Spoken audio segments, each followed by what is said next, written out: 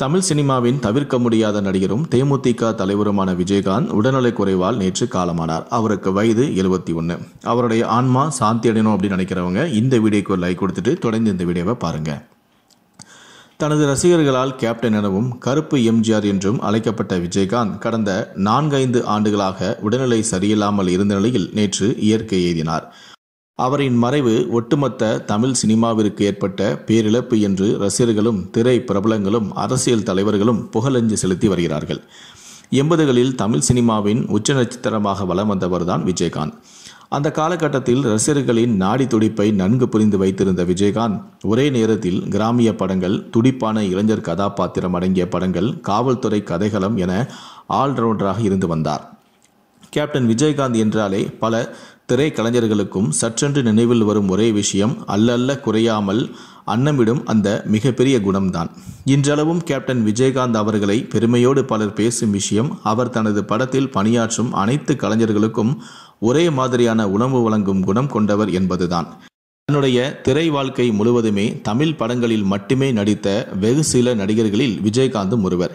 எனினும் அவருடைய படங்கள் தெலுங்கு மற்றும் ஹிந்தியில் அதிகமாக டப் செய்யப்பட்டு வெளியிடப்பட்டன.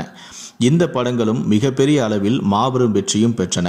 ஆந்திராவில் இவரது படங்கள் மொழி மாற்றம் செய்யப்பட்டு வசூலை வாரி குவித்த காலகட்டத்திலும் கூட அந்த வாய்ப்பை பயன்படுத்தி தெலுங்கு திரையுலகம் பக்கம் செல்லாமல் நடித்தால் தமிழ் படங்களில் மட்டுமே நடிப்பேன் என திட்டவட்டமாக இருந்தார் விஜயகாந்த். ஒரு வருடத்தில் எக்கச்சக்கமான படங்களை நடித்த முன்னணி நடிகர் என்கிற பெருமைக்கும் சொந்தக்காரர் விஜயகாந்த் தான். திரையுலகில் தன்னுடைய திறமையால் உச்சத்துக்கு சென்ற விஜயகாந்த் அரசியலிலும் ஜெயலலிதா, கருணாநிதி என இரு பெரும் துருவங்கள் இருந்தபோதே தனிக்கட்சி தொடங்கி அதில் வெற்றி நடை போட்டு வந்தார். ரஜினிகாந்த், கமல்ஹாசன் என இரு ஜாம்பவான் நடிகர்கள் தமிழ் துறையுலகில் வெளிச்சம் பெற்றிருந்த காலகட்டத்தில் கருப்பான தோற்றத்துடன் எந்தவிதமான சினிமா மற்றும் அரசியல் பின்புலங்கள் இல்லாத விஜயகாந்த் தன்னுடைய கடுமையான உழைப்பினால் மட்டுமே முன்னணி நட்சத்திரமாக தன்னை உயர்த்தி கொண்டார். தன் வாழ்நாள் முழுவதுமே பல்வேறு தர்க்க காரியங்களில் ஈடுபட்ட தமிழன் என்றால் அது விஜயகாந்த் தான். கேப்டன் விஜயகாந்த் சினிமாவில் கோடி கோடியாக சம்பாதித்து இருந்தாலும் அதனை தன்னுடைய அரசியல் கட்சிக்காகவும் தன்னிடம் உதவி என்று கேட்டு வருபவர்களுக்கும் வாரி கொடுத்தும் பல்வேறு உதவிகளையும் செய்து வந்தார். இன்று 100 கோடி 200 கோடி என சம்பளம் வாங்கும் நடிகர்களுக்கு நிகராக பெயரையும் புகழையும் கொண்ட விஜயகாந்த் தனக்கென சேர்த்து வைத்துள்ள சொத்தின் மதிப்பே வெறும் 50 கோடி தான் இருக்கும் என கூறப்படுகிறது.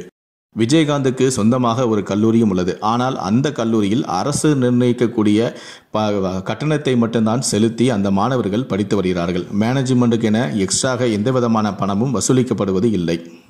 மேலும் இவருக்கு சொந்தமாக திருமண மண்டபம், விவசாய நிலங்கள் மற்றும் சொகுசு வீடுகளும் உள்ளன. இந்நிலையில்தான் விஜயகாந்த் இறப்பதற்கு முன்பு அவர் எழுதி வைத்த உயில் தொடர்பான ஒரு தகவல் ஒன்று சமூக ஊடகங்களில் வெளியாகி பலரையும் நெகிழச் செய்துள்ளது.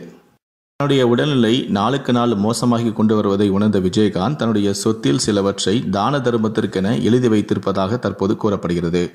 விஜயகாந்தின் இந்த முடிவுக்கு அவருடைய குடும்பத்தாரும் அவருடைய மனைவி மற்றும் பிள்ளைகளும் முழு ஆதரவு கொடுத்ததாகவும் கூறப்படுகிறது.